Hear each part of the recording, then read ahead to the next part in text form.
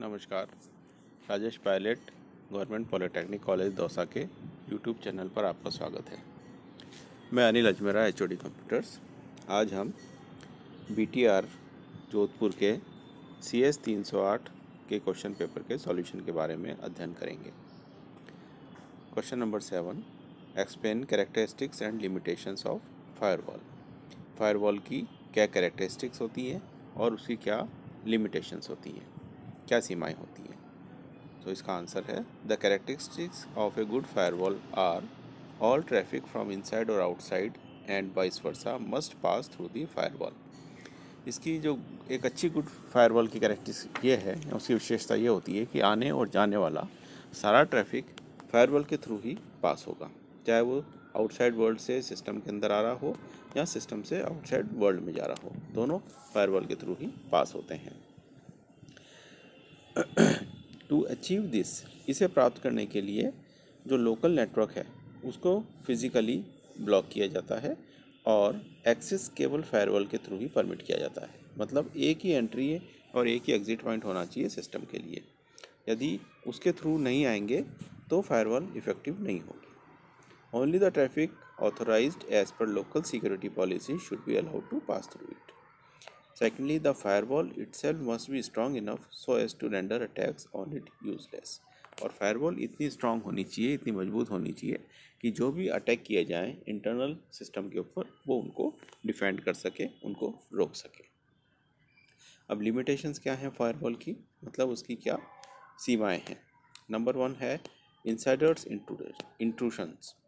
यदि फायरवॉल बाहर से आने वाले अटैक को तो रोक सकता है, जिसके लिए उसको डिज़ाइन किया गया है, लेकिन यदि अंदर उस ऑर्गेनाइजेशन के अंदर काम करने वाला कोई व्यक्ति अंदर में रहते हुए उस पर अटैक करता है, किसी सूचना को चुराने की कोशिश करता है, हैम्पर करने की कोशिश करता है, तो उसे फायरवॉल नहीं रोक सकता।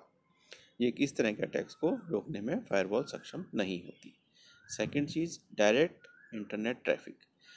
यदि कोई ट्रैफिक फायरवॉल के अतिरिक्त मतलब किसी अन्य एंट्री पॉइंट से सिस्टम के अंदर एंटर हो जाता है, फायरवॉल के थ्रू नहीं आता, तो उसके ऊपर फायरवॉल कुछ नहीं कर सकती। तो ये ध्यान रखना अति आवश्यक है ऑर्गेनाइजेशन नेटवर्क को बनाते समय कि बाहर से आने वाला ट्रैफिक और अंदर से बाहर जाने वाला सारा ट्रैफिक फायरवॉल के थ्रू ही आए और जाए, ट्रांसमिशन हो। थर्ड जो है वो है virus attacks. Firewall virus attack से प्रोटेक्ट नहीं कर सकती।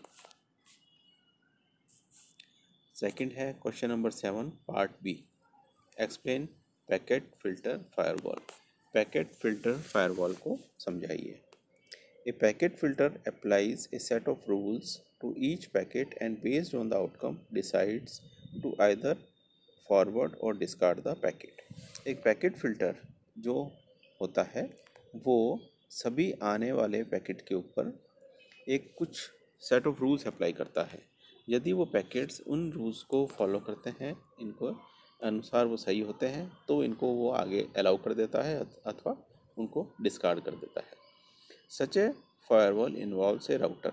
इस तरह की फायरवॉल के लिए राउटर का उपयोग किया जाता है, which is configured to filter packets going in either direction, जो कि पैकेट्स को किसी भी दिशा में जाने और आने के लिए कॉन्फ़िगर किया जाता है। The filtering rules are based on a number of fields in the IP। जो फिल्टरिंग रूल्स हैं वो IP इंटरनेट प्रोटोकॉल के अलग अलग फील्ड्स के अनुसार कॉन्फ़िगर किए जाते हैं और TCP UDP हेडर्स के द्वारा काम में लिए जाते हैं, such as source and destination IP addresses and IP protocol fields. TCP UDP port numbers होते हैं। A packet filter performs the following function. Packet filter निम्न फंक्शंस करता है। पहला, receive each packet as it arrives. ये आने वाले प्रत्येक पैकेट को रिसीव करता है या प्राप्त करता है। Pass the packet through a set of rules, और उन सभी पैकेट्स को सेट ऑफ रूल्स के लिए पास ऑन कर देता है।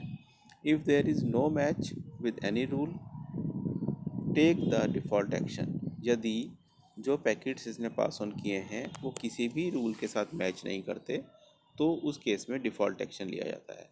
और डिफ़ॉल्ट एक्शन ये भी हो सकता है कि सभी पैकेट्स को डिस्कार्ड कर दिया जाए, मतलब छोड़ दिया जाए, हटा दिया जाए, या सभी पैकेट्स को एक्सेप्ट कर लिया जाए, स्वीकार कर लिया जाए।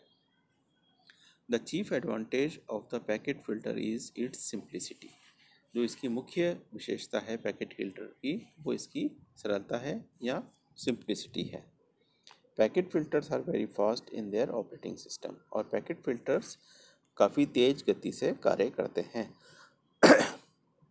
However, the two disadvantages of a packet filter are difficulties in setting up the packet filter rules correctly and lack of support for authentication। इनकी जो दो मुख्य हानियां हैं या डिसएडवांटेजेस हैं ये हैं कि पैकेट फ़िल्टर के रूल्स को डिफ़ाइन करना काफ़ी मुश्किल है और ये ऑथेंटिकेशन को भी प्रोवाइड नहीं करता, ऑथेंटिकेशन सपोर्ट नहीं कर सकता। An advanced type of packet filter is called as dynamic packet filter और state put packet filter। एक एडवांस टाइप का जो पैकेट फ़िल्टर होता है उसे डायनेमिक पैकेट फ़िल्टर कहते हैं या स्टेट पुट पैकेट फ़िल्टर कहते हैं। धन्यवाद।